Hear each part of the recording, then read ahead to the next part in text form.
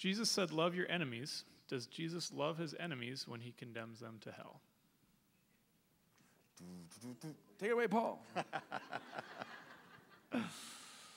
Yeah, I mean, it's certainly, to answer this question, we have to first get on the table what is our understanding of hell and how someone ends up there. And there's been a whole tradition from early Christianity onward of hell as both very highly literal in Jesus's language of fire and this sort of thing, brimstone and such. And the idea, particularly in the Middle Ages, this became very popular, of people sort of locked away in hell who wish they could be in heaven with God, but they've been too bad, and so God is punishing them eternally in this place that they don't want to be. I think it's helpful to remember, to go back to Jesus' actual, even his word. The word hell, that we translate hell, that Jesus uses in the Greek is Gehenna. And that was the name of the garbage dump outside of Jerusalem's city walls.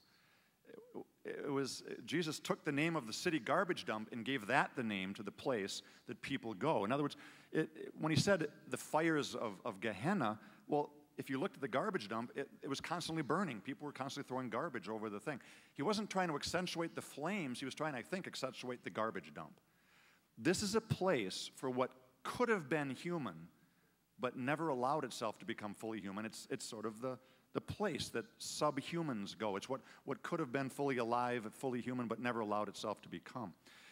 If you combine that, now there's a variety of ways that Christians have thought about hell. I find particularly attractive C.S. Lewis's way of thinking about this. He talks about hell being locked from the inside, not the outside. Great little book. It's a fictional book of his, but I think it captures the spirit of hell is the Great Divorce, in which Lewis captures the spirit of hell. Yeah. Imagines a time when God sends a bus to hell and invites people to take a day trip to heaven. And first, it's a hard time getting anyone to actually go.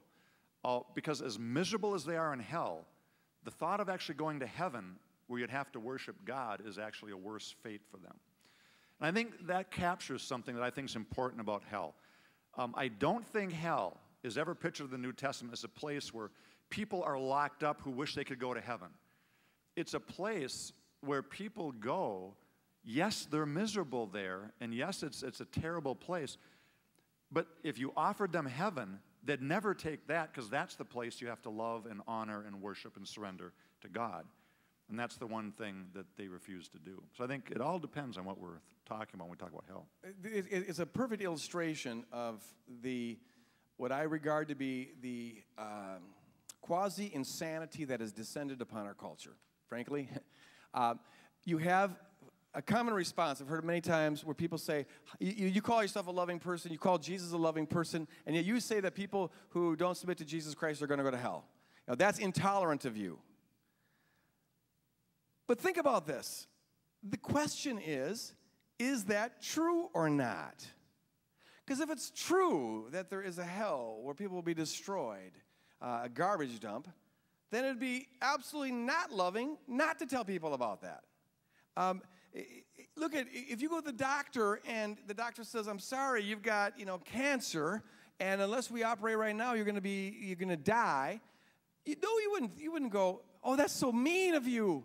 How unloving. You say you're a loving doctor and you're telling me that I'm going to die if I don't get an operation? Well, if he didn't tell you that, that'd be the time to say that he's unloving. So see, the thing is what's behind that is the belief that, of course, that what Jesus says is not true.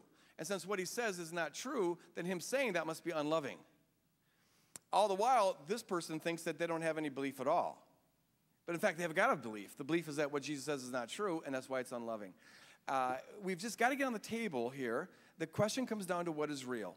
And the Bible says that God is life, to reject him is death. God is joy, to reject him is despair. God is beauty, to reject him is to go to ugliness. Jesus is simply saying that, and he's saying it out of love, because he wants people to go this way rather than that way.